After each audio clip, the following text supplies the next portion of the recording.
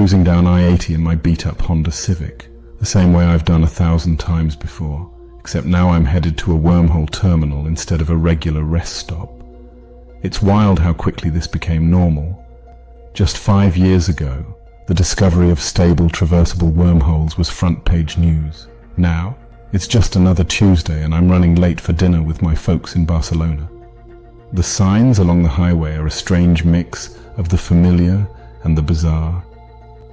Rest area, 2 miles, sits right next to Wormhole Terminal Alpha, local solar system routes.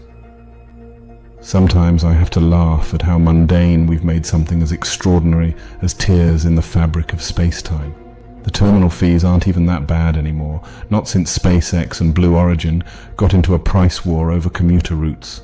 The gravity of what we've achieved hits me sometimes, usually when I'm sitting in the terminal waiting area, watching families casually planning their weekend trips to Proxima Centauri b. There's a couple across from me right now, arguing about whether they should take the direct route to Alpha Centauri or do a layover at Mars to visit their daughter at university. University on Mars. That's another thing that still blows my mind. The implications of wormhole technology have rippled through every aspect of human civilization.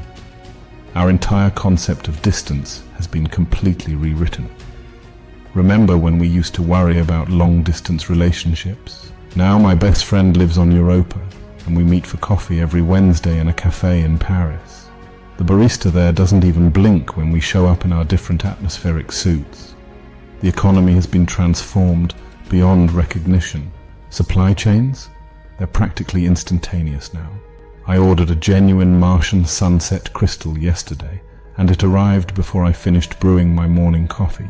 The whole made-in-China thing seems quaint when you can manufacture products wherever in the universe has the best conditions for that specific process. Some companies making diamonds in the high-pressure atmosphere of Venus, and they're putting De Beers out of business. But it's not all roses and starlight. The existence of wormholes has forced us to grapple with some heavy philosophical and practical questions. When you can pop over to another star system for lunch, what does it mean to be human? Are we still earthbound creatures if we can spread ourselves across light years in the blink of an eye? The philosophers are having a field day with this one. The terminal's coming up on my right now. It's a massive structure, all gleaming metal and smart glass, but it's got the same vibe as any old airport. There's even a Hudson News in there, though now they sell magazines about the latest exoplanet fashion trends and travel guides to the moons of Jupiter. I pull into the parking lot, grabbing my atmospheric adapter from the trunk. Can't forget that again after last time's embarrassing incident on Titan. The security lines are still a pain, maybe even worse than the old airport ones. Try explaining to a TSA agent why you're carrying 3 different types of breathing apparatus and a universal translator. At least they've got the process down to a science now. Scan for prohibited items. No antimatter, please. Check your environmental gear. Verify your quantum signature, and you're good to go. I remember the early days when people were terrified of wormhole travel. What if you get torn apart? What if you end up in another dimension? What if you meet yourself coming the other way?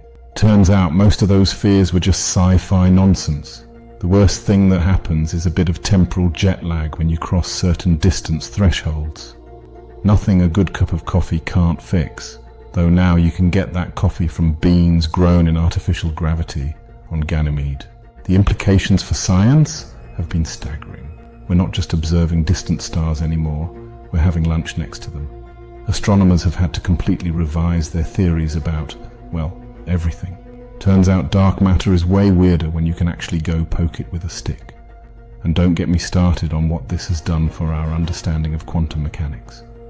There's a reason they had to rebuild CERN across 3 different solar systems. Environmental science has taken some interesting turns too. Why try to fix Earth's climate when you can just pop over to a pristine exoplanet? That attitude caused some serious problems until the United Planetary Council put their foot down. Now we've got strict regulations about environmental impact across all accessible worlds. Funny how we finally learned to take care of our environments when we got more of them to worry about.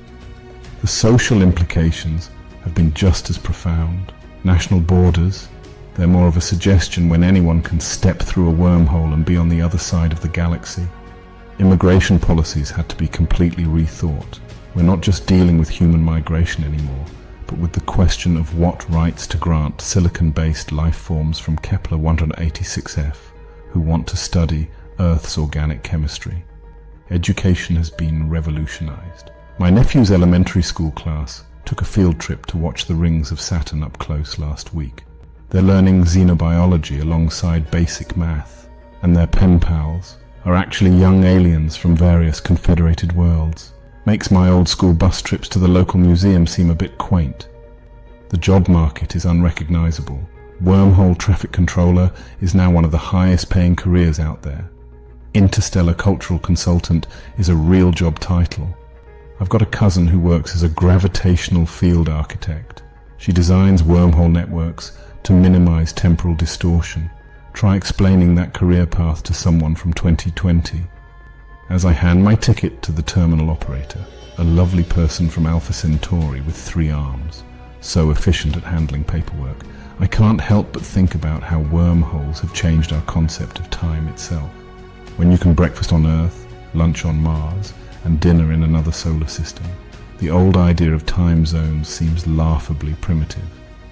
We've had to develop entirely new ways of thinking about scheduling and coordination across not just time zones, but entire light years. The entertainment industry has gone nuts with it all. Reality shows now feature dates across different planets. Sports leagues have had to implement strict gravitational regulations to keep things fair. And don't even get me started on interstellar music festivals. Turns out there's a huge market for human heavy metal among the methane-breathing creatures of HD 4307G. Religion has had to adapt too. Every major faith has had to grapple with what their teachings mean in a universe where humans can casually hop between stars. Some have embraced it, sending missionaries to new worlds. Others have declared wormhole travel forbidden to their followers. Most have found some middle ground, reinterpreting ancient texts for an interstellar age. The terminal's wormhole is humming now, that familiar quantum resonance that still makes my fillings tingle. The swirling portal looks like someone dumped a galaxy into a whirlpool, all sparkling lights and twisted space. Hard to believe we understand the physics behind it now, or at least some people do.